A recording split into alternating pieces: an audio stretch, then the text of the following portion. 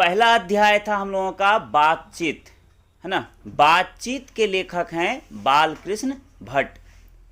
बालकृष्ण भट्ट के बारे में हम आप लोगों को लिखवाएं क्या कि हिंदी के प्रारंभिक युग के प्रमुख निबंधकार तथा आधुनिक हिंदी आलोचना के प्रवर्तक बालकृष्ण भट्ट का जन्म 23 जून 1844 ईस्वी को उत्तर प्रदेश के इलाहाबाद में हुआ था। कब हुआ था? 23 जून 1844 ईस्वी को कहाँ हुआ था? उत्तर प्रदेश राज्य के इलाहाबाद में हुआ था। इनके माता का नाम था पार्वती देवी और पिता का नाम था बेनी प्रसाद भट्ट। बालकृष्ण भट्ट के माता का नाम था पार्वती देवी और पिता का नाम था बेनी प्रसाद भट्ट। इनके पिता एक व्यापारी थे और इनकी माता एक सुसंस्कृत महिला थी जिन्होंने लेखक के रूप में, है ना, मतलब जिन्होंने बालकृष्ण भट्ट के ऊपर पढ़ने की या लिखने की रुचि जगाई थी, यानी जिन्होंने लेखक के मन में आध्यात्म की रुचि जगाई थी।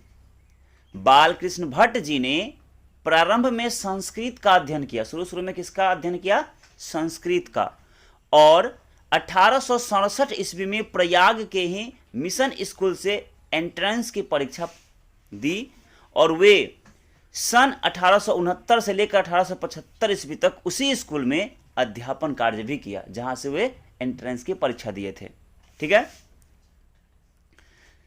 1885 ईस्वी में वे प्रयाग के CAV स्कूल से संस्कृत का अध्यापन कार्य किया और 1888 ईस्वी में प्रयाग के, है ना, कायस्थ पाठशाला इंटर कॉलेज में अध्यापक नियुक्त हुए। किस कॉलेज में? कायस्थ पाठशाला इंटर कॉलेज, ठीक है, में अध्यापक बने 1888 ईस्वी में।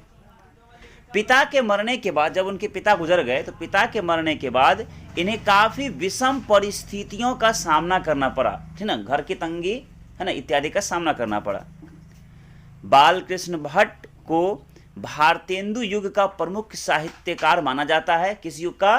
भारतेंदु युग का प्रमुख साहित्यकार माना जाता है।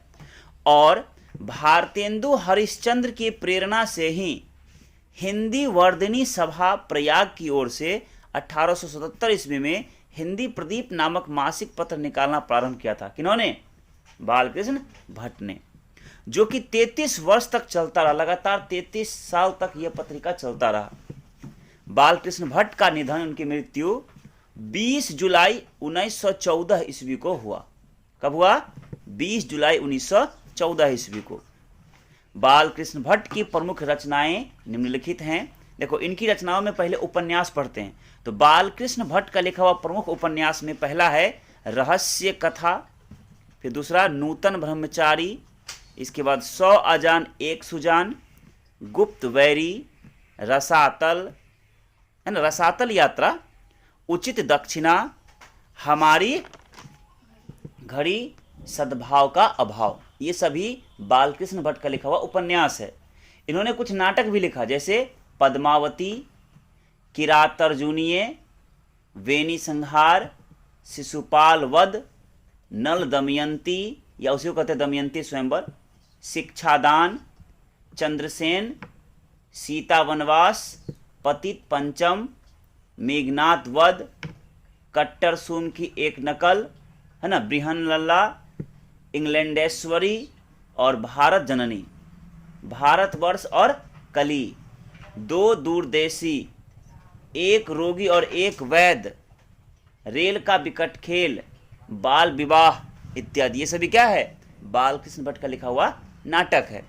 इन्होंने, यानी बालकृष्ण भट्ट ने कुछ प्रहसन भी लिखा है। क्या लिखा है?